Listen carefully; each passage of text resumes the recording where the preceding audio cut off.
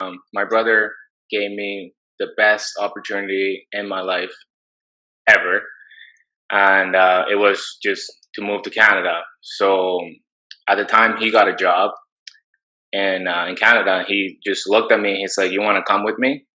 And then I didn't know if he was serious or not, but I was like, "Yeah, I would want to come with you."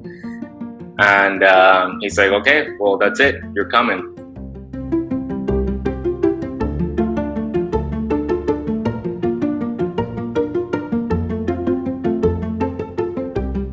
Hi, everyone, and welcome back to another episode of Immigrants of Canada. My name is Suzette Smith, and I'm here with my friend Ray Garcia. Welcome to the show, Ray. Thank you, thank you. I'm very excited. Let's do this. All right. Well, we're just going to jump right into it. Let's just jump back to the 13-year-old version of yourself. So, you were faced with an incredibly difficult situation and decision to stay in a country that was facing political turmoil and stay with your family and friends, or move to a new country with your oldest brother and his family and start a new life. So, could you just walk us through that process a little bit?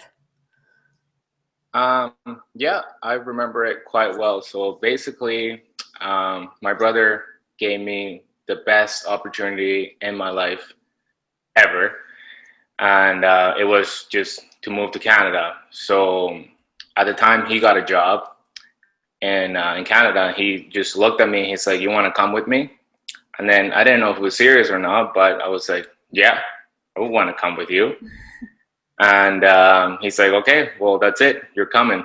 So then I went to ask my dad. Is like, "Is it okay if I go with my brother to Canada?" And he kind of said, "Yeah, sure." Like he probably didn't think I was serious and I would like um, leave everyone like that. But as time went on, like my brother got all the papers ready and bought me a plane ticket, and things got serious. And it's like, "Okay, well, you're actually leaving?" It's like, "Yeah, I just, I think I'll make a better life out there." And my dad was like great enough to like, just let me go. And then that was the end of it. So we basically packed all our stuff and then we came. So it was kind of crazy though, because my brother at the time, he was like 33 years old. Hmm. And he basically sold everything. Like, so all his life savings, we came to Canada with like $1,000. Okay. Um, Just all so five of you. If I'm, all it was four of us, four of us. uh, Okay. and then my pregnant sister-in-law at the time. Ah, okay. Okay. I see. So yeah, I don't know. Like we just came and then we came out here, and then honestly, like it was just so great that like we have been able to like we turned out $1,000 into like I don't know like how much money it is right now. Like I'm not a millionaire, but definitely like before I die, I will be one. And we came with all of that, and then right now we like between the whole family we have like I myself own like just over $1 million in real estate, and my brother's got two houses. My niece is just getting one, so like we have five now. So it's like things that like back in Venezuela we wouldn't have been able to do, but everything's been so great in here, so it's been good. Wow.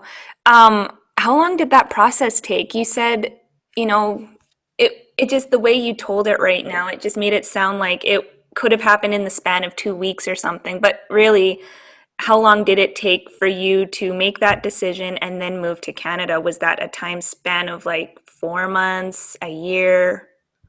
From the time I said yes, it was probably like I can't remember specifically, but it was quick. It was like probably in 3-4 months from when I said yes, I was already, in Canada. Like we moved December 20th of 2004.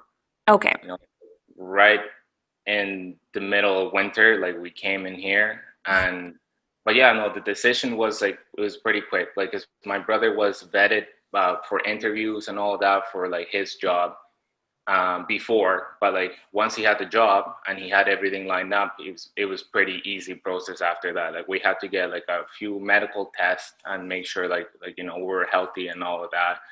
And but that was pretty much it. Just have passport and yeah, just just went for it. But that was also like the first time I ever stepped on a plane. I was 13 years old, and then I came all the way to Canada. So that was A big change. huge. But it was like I was like so excited, and I was just happy to like know that like things were because you see like growing up, um, you see things about like the U.S. and then like how like how great like kids have it in there, and then like you see like people having lockers and stuff, which is like in my school we didn't have that. We didn't have lockers and all that stuff. So I always like dreamed about it's like, oh, maybe one day that'll happen. Not thinking it was actually gonna happen, but yeah, just went to Canada and then how all the same stuff that all the other kids did, and when I was watching TV. So that was like, yeah, it was pretty cool. There's so many questions just going through my head right now, but um, okay, let's talk about first landing in Canada. Where did you land? We landed in Toronto, Okay, Toronto. and we, for whatever reason, had flight delays, or I can't remember what the specific situation was, but we had to stay one night in a hotel in Toronto. Okay. I remember like we went out of the gates of the airport, and it was just freezing. December, like it was very cold, and we thought we were prepared for like the winter. We like before we left in Venezuela, we bought like what we thought were like winter jackets and winter pants and all this gear. Yeah. And looking back, it's probably just like what we were here for like spring. So as soon as the door opened to like the exit the airport, all our jackets, everything just froze. Like it was like that was a life changing moment. It was like, how can people live like this so cold? Like it's my jacket froze, like our hands froze. We didn't really know what to do, so we ended up like opening our luggage and then like getting all the big blankets that we had and like kind of like huddling together and then like kind of like figuring out like where the hotel was. And then we made it. And then I do remember going up the elevator, and there was like this elevator attendant, and he told us, he's like, "Oh, you guys are new to Canada, I see." And we're like, "Yes." Telltale sign. Yeah. And he very much he gave us like kind of like an immigrant um, talk. He's like, things are very good in here, and the first 2 years are gonna be the hardest, but after that, everything's gonna be okay. And Was that guy was. this, sorry to interrupt, was this gentleman, was he an immigrant himself or? Mhm. Yeah, okay. He was an immigrant himself. I believe like I don't know, he was probably East Indian or something like that. But yeah, he just kind of told us, he's like, it's because he probably saw that we're all stressed out and we kind of like, all out of, our out of the water. Like we just didn't know what to do. And then he's like, everything's gonna be fine. Like you guys are here now. Like winter driving's different. Like I remember him telling that. He's like, you're gonna have to get used to that. But other than that, like things in here are pretty good, and you guys are gonna be okay. And then we went. Oh, wow. Yeah, it's crazy. Everyone underestimates the Canadian winters and they're vicious sometimes. And, some people think, why would you want to live in a place where the air hurts your face? But there's just so much more than that, I guess, right? Yeah, it's actually unbelievable. Like I have cousins in there. Like I remember talking to one of them like a couple of years back or something like that. And then I told him, it's like, yeah, and here it's so cold that the river freezes. And he's like, no, it doesn't. He's like, that's not possible. And he's like, no, it actually does. He's like, no, it doesn't. But he just I'll didn't send you believe. a picture. Yeah, he'd be like, Oh, that's so funny. So from that moment, being in Toronto and you guys settled in the hotel for the first night, yeah. after that, then what happened? Then very next morning, we just like I don't know, must have been like 6 a.m. We got ready and then went back to the airport, and then we got in our plane. We got to the plane to go to Edmonton, and then straight to Fort McMurray. And Yeah. then that was another thing that happened in my life that I remember quite vividly, because like landing in Toronto, it's like you go there and it's like it's big buildings that you can see the city all spread out. Hmm. And when our final destination was Fort McMurray, so it's like a very small town. Yeah. I remember we landing and us landing, and then it's like all you could see is just bush everywhere, and then like you couldn't see any buildings anywhere, and it was like, oh my god, what is this? What's going on? And yeah, we just basically landed, and then we uh, we went to our temporary home, which was like uh, my brother, his company like set us up in like this temporary home for like a month or two until we got set up. Hmm.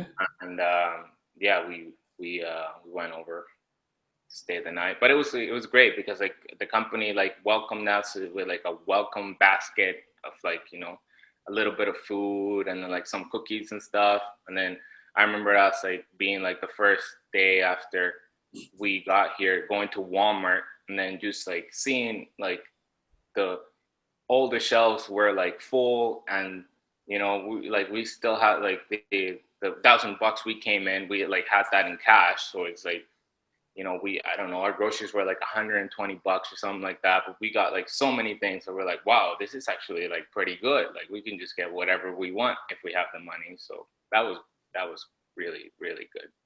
Hmm. Yeah, well, yeah, that sounds nice. What did you think about, because you landed in Edmonton, did you get to see Edmonton at all first, or were you just at the airport the whole time? We were just at the airport the entire time. Okay. So uh, then I kind of got to see it from, you know, bird's eye view, but didn't even go outside or anything like that. Hmm. And so why Fort McMurray? I assume it's because of work, but if we could just dive into that a little bit more. Why? Yeah, because pretty much that's what it was, work. So my brother, he's a chemical engineer, and he was working in PDVSA, which is like, I think I was looking this up the other day, and it's still like to this date, I believe it's like the second largest refinery in the entire world. Wow. So he was working in that company, and obviously like there was some turmoil in the country, and anyways, long story short, he lost his job, Hmm. and that's how we got to Canada, because Suncor at the time, they were like interviewing engineers, and he ended up getting the job. And obviously, the Fort McMurray is like full of the oil sands, Hmm. and he kind of made like that quick transition about like, okay, you used to work at a refinery, and then now you're going to be working at the upgrader in Canada, making like oil Hmm. essentially. So that's why we came in here, because Okay, that's where the job was. right. And I just have a question about this. Is it hard for engineers from other countries to get jobs in Canada, or is it relatively easy? Um, well, I think times have changed. Obviously, like 2004, like in here in Fort McMurray, at least it was like a boom town. Like it was crazy. Like this was pretty much the only place that you could have like next to no education and probably like have a six-figure salary. Hmm. Um, so at the time it was very easy for people, like you honestly didn't have to have like that good of English or anything, and you probably would have been hired on like full time at a great company like anywhere in here. Now probably not as easy, but it's still like they still have like the demand, because it's like we're so isolated, like nobody wants to come this far up north with like no major city close to you. Really, like the only city is like Edmonton, and that's like about a like 4 or 5 hour drive. Right. So like um, it's a bit tough being here, but like if I think there's the opportunity is still out here, definitely. Like I think this is like it's pretty Hmm. good. And you mentioned English. So you were 13 when you moved to Canada. How how was your English level? Was it, um, yeah, how did you learn English? I guess that's I my think question. my English was it wasn't good. It was bad. I knew like all the stuff I knew was from school. So like I don't know if like kids now, like they take French or whatever. So like I took English classes, and then like like I was always pretty good in school. So like I had like a 90 average in English, but really that didn't mean anything. Like Yeah. on on Sundays, my dad he would get this newspaper. I don't know what the name of the newspaper was, but like it had like English lessons like every Sunday. So he knew like I was interested in the language, and like I was obviously like planning to come to Canada like eventually once that happened. And then he would give me these lessons, so I would like study from there as much as I could. Okay. But really, like I remember being in the plane, and then like kind of like them asking, it's like, oh, what do you want, like chicken or pasta? And then I just the fact that I knew what chicken and pasta was, I was like, that was amazing to me. It was Yeah. like, okay, yeah, chicken. And Oh, then like I never heard giving me chicken. I was like, wow, this is actually pretty good. But then when you hear like the flight attendant announcements, I couldn't understand like 90% of it. So really, when we came to Canada, like at the beginning was like everything that was said, my brother had to, because he was the only one that knew English, right. he would have to hear it, and then after we would ask him and say, what did they say? And then I would compare what I thought somebody said to like what was actually said. Mm-hmm. But I just basically, like when you're a kid, like you learn pretty fast. So we pounced right in, like right into school, like probably like after the Christmas break, we came in. And I remember we had some like ESL classes, like, and but it was pretty quick. Like kids will, they'll teach you, and you just try all the time. And then I don't know, like I probably like from the time I moved, I probably knew English between like in 6 months I was probably fluent. Oh, From wow, that's the time quick. I moved. Yeah, That's really but quick. I do remember some funny stories about like trying to talk to people and them like just looking me blank, not understanding what I was saying. And I was like, oh, I must have said that wrong. Do you have an example on hand? Yeah, big time. I joined a soccer team like as soon as I came in here because I always liked sports. And then one of my friends, like Theo, he was really good. Like he was really good in that day, like on in practice or whatever. So I went up to him and I said, "Hey, you did good today." And I don't know what I said at the time, but he looked at me. He's like, "What?" And then I repeated myself. It's like what I thought I said. It's like you did good today, and I must have said it like 3 times. It's like he just shook his head. He's like, I don't know what you're saying. And I don't know if I ever went back and told them. And it's like that's what I meant to say, but yeah, you just go on. Got What to did move you do on. in those And moments? Like I know that for some people who learn a second language, I can totally empathize with you, by the way, learning a second language, learning it in school in a classroom versus outside in real life. Um, with my own Spanish learning in class, you're always like, yeah, I know Spanish. And then you get out into the real world and then you're like, what? So it takes a lot of practice. Um, so I can empathize with that. And I find that for me personally, that when people haven't understood what I was saying, it was disheartening, or it just kind of felt like, oh man. And I felt embarrassed. So how did you feel? Did you feel embarrassed at all? Did you feel like, oh my gosh, okay, or were you on the other hand just like, whatever, I'll just try again? yeah, I was definitely like embarrassed, like just kind of kicking myself, like, oh, I should know this and I should know better, but you can't control those things. And like with the language, it's just like as long as you're trying, you're getting better at it. So it was like pretty natural. You just have to like keep going, like talking to people, and then like eventually it all got better. But Mm-hmm. yeah, at the time, it made me feel bad because you want to deliver a message and then you know what you want to say in your head, but it quite doesn't come out well enough, and then people don't understand. So it was frustrating at Yeah. times, but yeah, it just got better.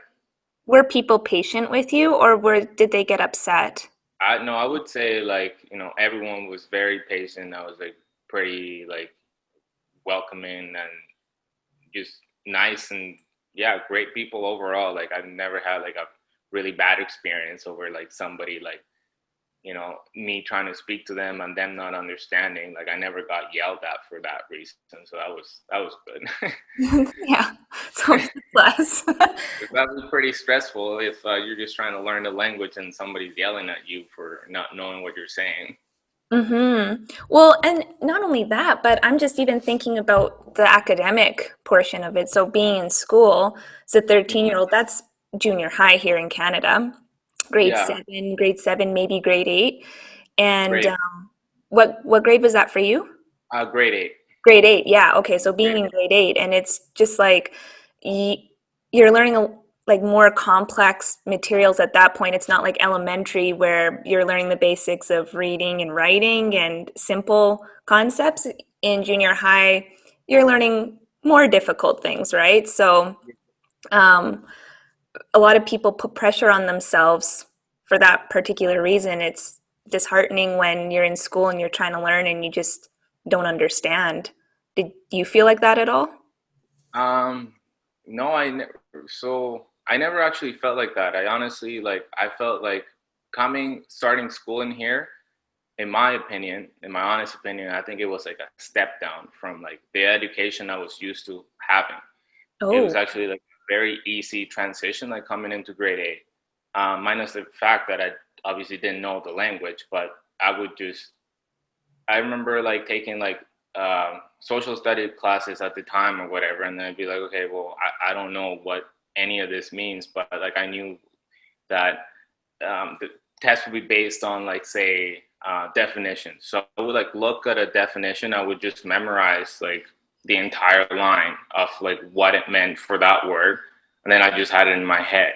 So like that's how like I got through like most of the school at the start. Like I was just memorization. I might have not known what I was actually writing or per se, but I knew like if I had it memorized, I would just get a good mark on it. And for the mhm. math portion of it, it was it almost was like I went back a couple grades because like the math that we were doing in here was like a lot easier from like the math I was already like doing back home.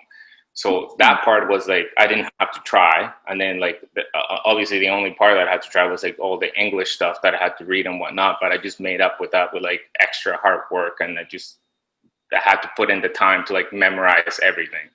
Right. Uh, but yeah, no, it was pretty easy transition, and obviously like I had like great teachers, and they all like were pretty patient with me, and like, if I had questions, like they stayed and they helped. And also like my brother at the time, like when I was reading books and I didn't really understand something, I would just ask him, and he'd be like, "Oh, this is what this means," and then so it was good, A walk in the pretty park. easy. Yeah. Yeah. Well, and now that makes me wonder what was your school like in Venezuela? Um, it was different.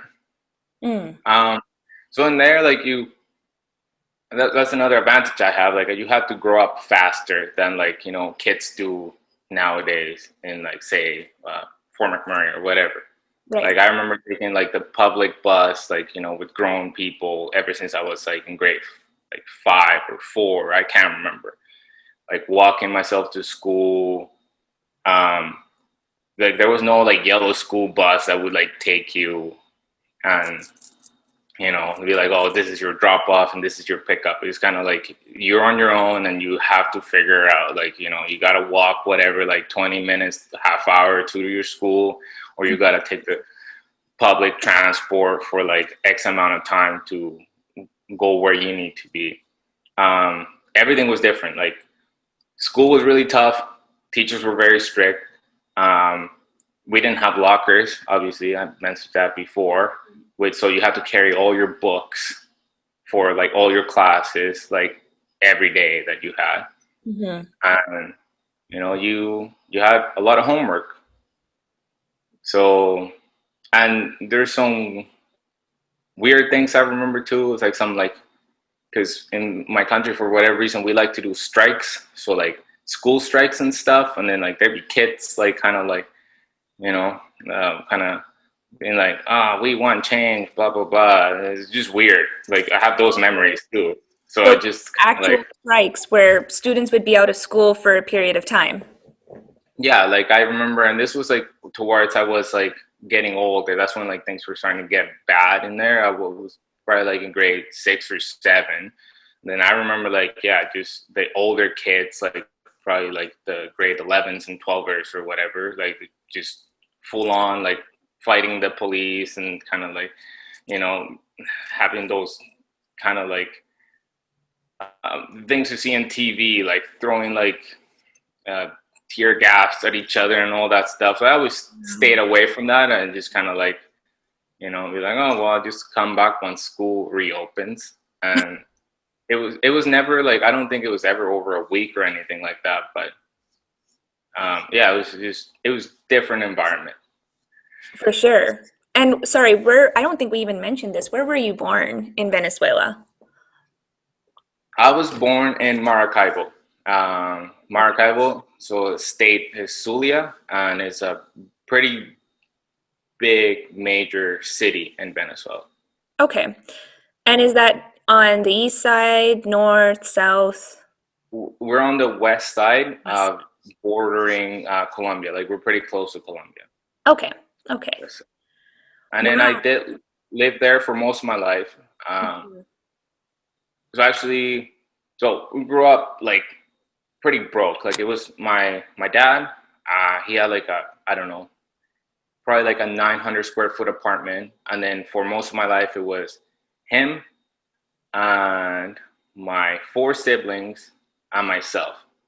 Mhm. So I remember like we had one tiny room, and it was my dad, my sister, and myself. We all slept in the same bed. Mm, And as my brothers got older and stuff, like they kind of like, 'cause it was a two-bedroom, two-bathroom apartment.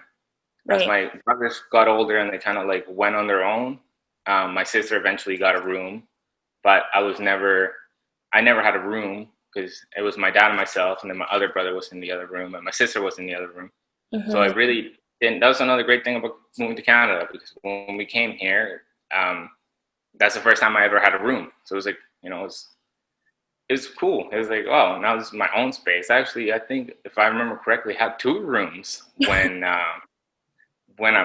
we first bought a house in Fort McMurray. I actually had two rooms. One was my computer room. The other one was sleeping room in the basement. Oh, wow, that's nice. Your So own yeah, space.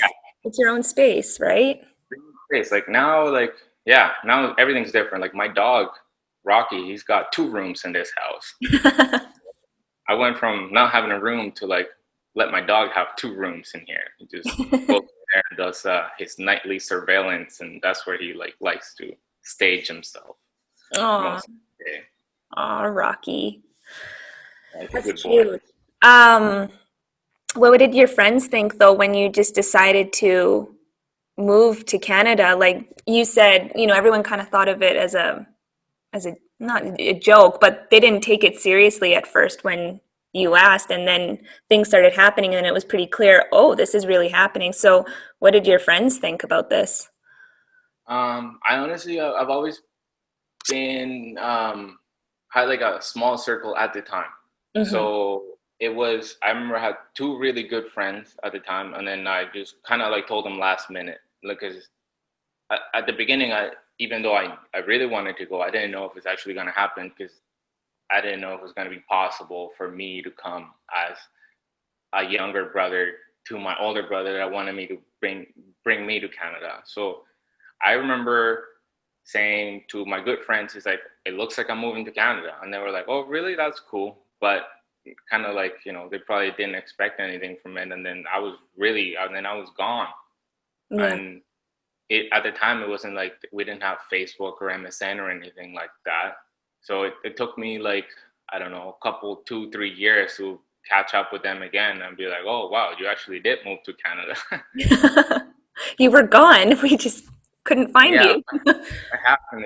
And then but yeah, no, it was like honestly, I don't think I gave much notice to like very many people, because it just happened so fast, and I honestly, I didn't know what was going on at the time, because it Right. wasn't a sure thing. But yeah, all I know is like I got on the plane and I was gone, and then once I landed here, I was like, oh, wow, I'm really gone now.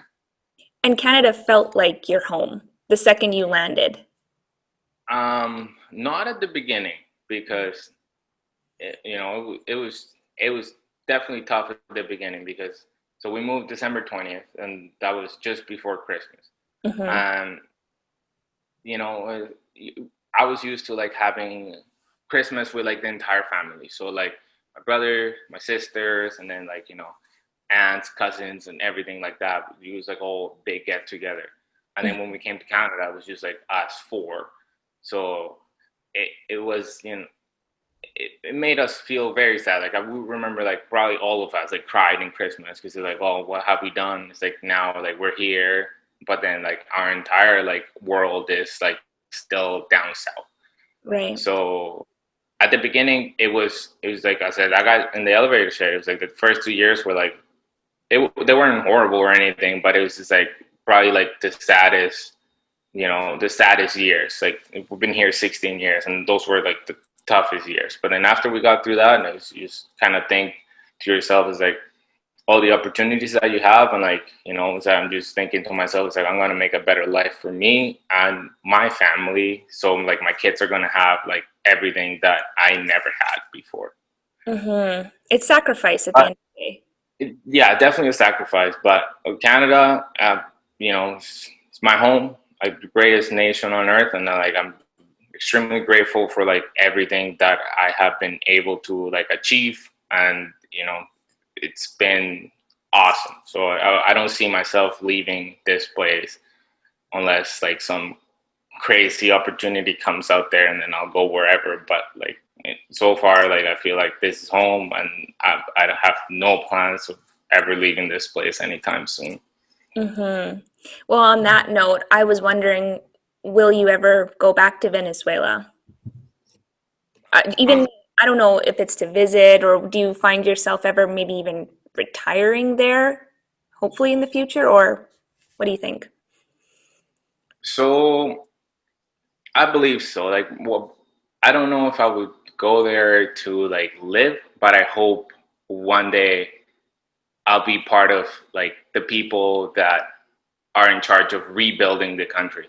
Because like right now everything's in shambles, and there has to be a major, major, major change for like things to improve.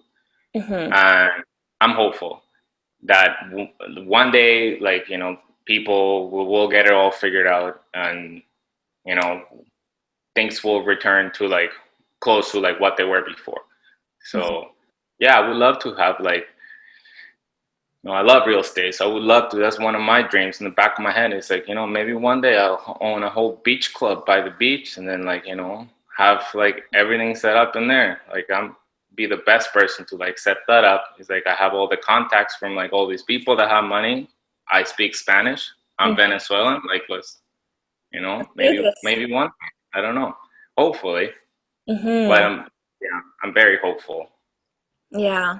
But right now, I don't visit like down there. It's the last time I went, it was 2007, and then there was something happened there that like shocked me, and then I was like, I'm never going down there again until things improve. So you always, you always hear like gunshots going on like in the city because we're a big city, Maracaibo, and you don't really associate that with like things happening because it's far away, and then you could be like it's maybe they're not actually shooting at each other, maybe they're just like practicing or whatever. um and then you can see the newspaper, and then you see all the bad news, like you just read like every Sunday or whatever, you go read the newspaper, and then you see like all the murders that have been taking place. But still it's like, okay, well, like out of mind out of sight kind of thing. Right. But this last time I visited, I was, partying with my cousins. I was like 17 at the time, and then we are like in Venezuela. You're free to do whatever you want, really. Hmm. So we were 17, and we went to the liquor store to like get some liquor, and then there was a dead body outside of the liquor store with like a blanket on it, Wow. and nobody cared. It's like we just went in. We like I was just shocked. It's like we bought our alcohol and then went out, and I'm just like looking at the dead body still there, and like everyone just like kind of like went on as like life was normal. And then like I remember getting into the car and be like, wow, we're just about to go party, but this person just died in here, just got shot to death, and just has a blanket over them, and then there's just police like just writing the report or whatever. And then I was just like, it just it didn't make me feel right. It was like I don't know.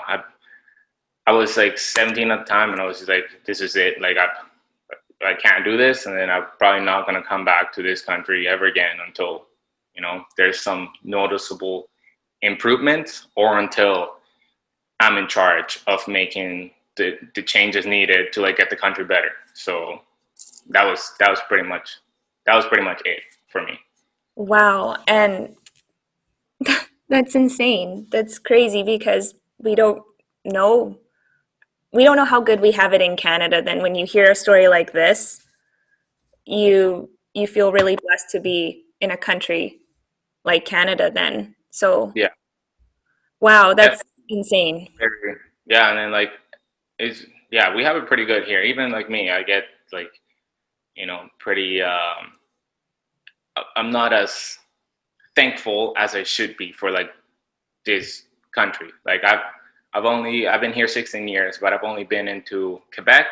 So I went to Montreal. I've been into BC and Alberta, but all the other provinces, like I haven't really been there, and they're probably like really good. And I just take this place for granted a little bit. So maybe that's something that I should change and kind of like go see more of Canada. But it's a different world out there. Like I know for my siblings, every single one of them, like I'm the only exception. They've all been robbed. They've all like my brother has been like pretty much kidnapped, and like a gun held to his head, like all this crazy stuff. I have like cousins that have died, like they've been shot to death because they got in with like the wrong people, and started stealing and all that, and drugs. And so that whole aspect of my life, I'm just glad that I just separated that from me. And then, so what I'm doing now, like I don't have to like partake into any of that. Oh, wow. So Ray, oh definitely my God. very, I'm definitely very lucky, like because everything, I don't know, I think I have my mom watching over me, and I don't know, I think I lucked out for like most of that, because I never got robbed. I never, I always had some scary times, but like it was nothing was real. But like I know all my siblings, like my brother that's in here in Canada, his house was sacked, like completely, like stole everything, stolen from his house in two occasions. Mm. And like even my dad, like he was robbed as well. He doesn't carry anything. He's just like, I don't have anything. And yeah, all my siblings, all of them, every single one of them, they've all been robbed, not me. Wow. That's that's crazy. Honestly. Wow. Um, do you think that do you think that a lot of Canadians take Canada for granted? Yeah, well, honestly, I think everyone does.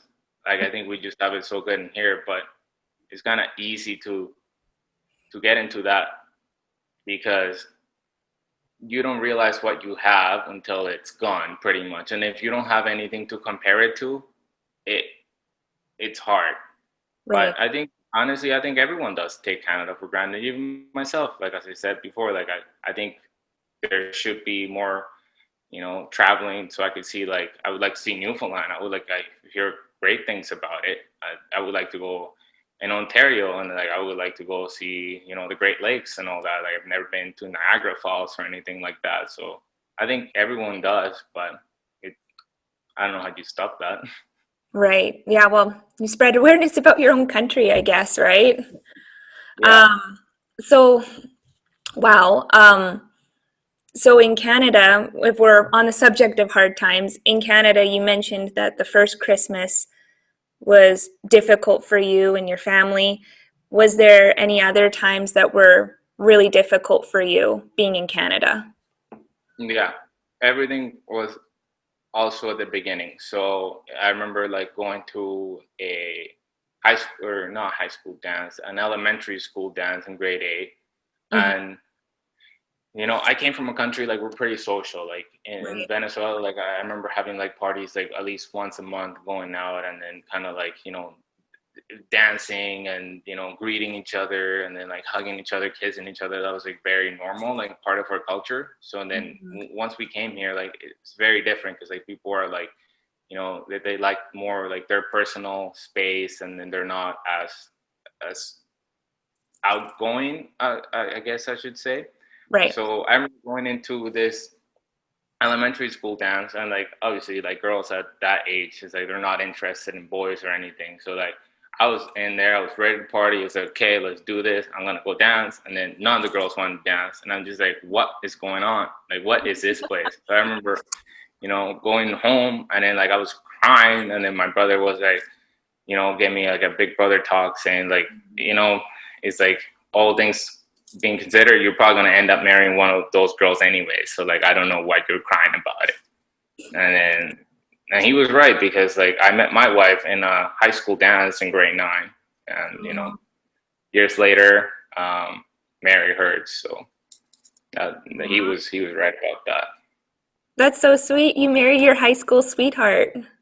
Yeah, we're in grade 11, so it's been a while now. Aw. Yeah.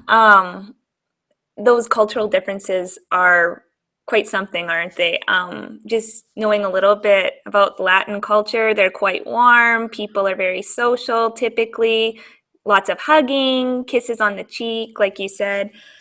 Yeah, Um, and then here in Canada, a handshake when you first meet someone is pretty normal. If you know yeah, someone on a very deep level, then a hug, perhaps. And then, of course, if you're married, a kiss. But yeah, it's pretty, we're different that way in Canada. So, like, other than that, what other types of cultural differences did you encounter?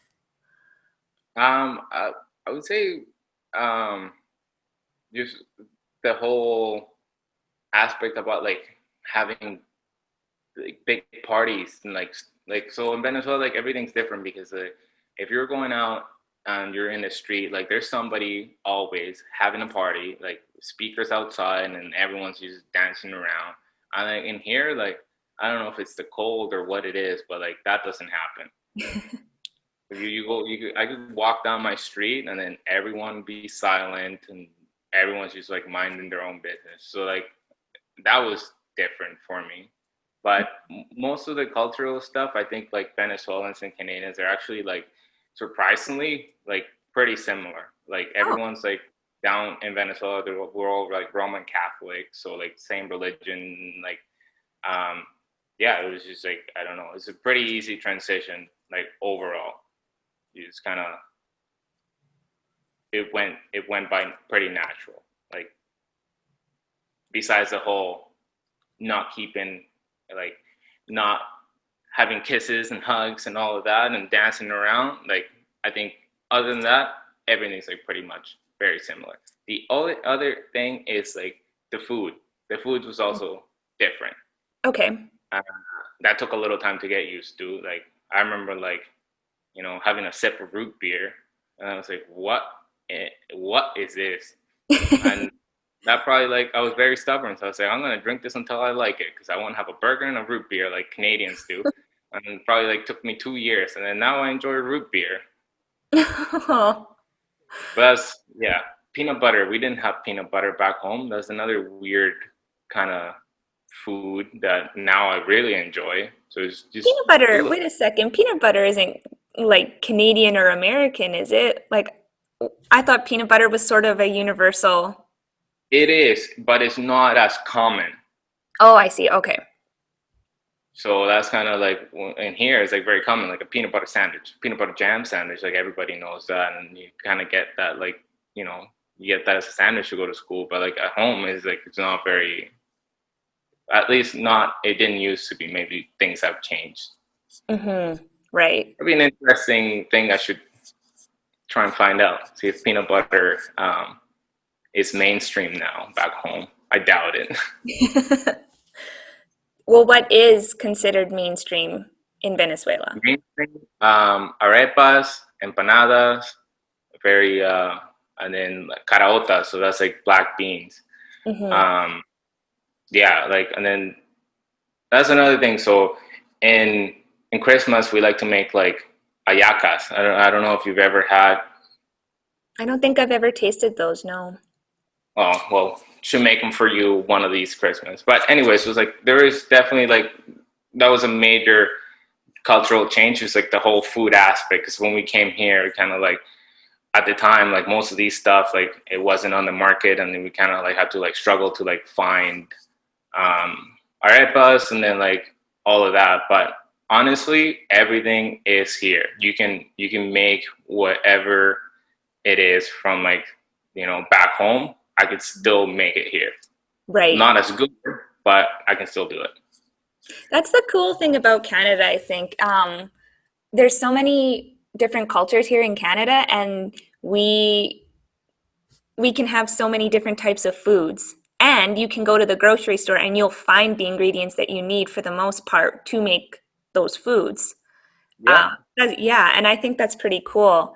I've always liked that about Canada, that we have all these different foods, and you can find all of these different restaurants on the same street. Like you might have a Mexican restaurant, you could have a Chinese restaurant, you may have an Italian restaurant. Like there's just the cuisine here is just so diverse. yeah, Mainly because Canada's primary cuisine is more North American, so burgers, steak. Maybe on the east side you might get lobster. In Quebec, poutine, things like that. But yeah, that's one thing I really do like about Canada. and So, this day and age too, like everything's on the internet, so you could just find every recipe and really like you could just make whatever you want. right. Yeah, totally. Um, so, you know, what now coming to a different point, how would you describe Canada to a newcomer now? After everything that you've been through, after everything you've experienced in Canada and in Venezuela, after establishing yourself, how would you describe Canada to a newcomer? I would say Canada, in my eyes, is like the land of opportunity, and it's very stable, very safe, and very rich. Um, Beautiful landscapes. Honestly, it's got everything. So I would just describe it as like probably the greatest place on earth. Like, and as long as you come in here with the mindset of working hard and you know putting that as your goal, like things will they will all fall into place, and then you'll be okay. Hmm.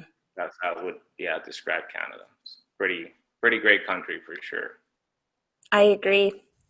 Well, thank you so much, Ray, for chatting with me. It was so enlightening to hear all of your experiences and puts lots of things into perspective. So I really appreciate you coming on the show today and just sharing your story, sharing your experience, and just having a conversation with me. It was fantastic. Thank you.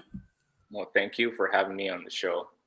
And if there's any like immigrants that wanna, I don't know how the rest of Canada works, but like if they want to contact me to like how it is to like questions about Fort McMurray, I'm your guy. I could answer that. All So right. you can probably drop a DM on Race_Kitchen, and then I have some answers. Or if people want to get into real estate business, I'm interested as well. Raise your man, everyone. Yeah, Oh, thank you so much, Ray. And I'll leave that information at the bottom in the show notes, okay? sounds good. Well, thank you, and you have a good day now. All right, you too. Thank you so much, Ray. Okay, bye-bye.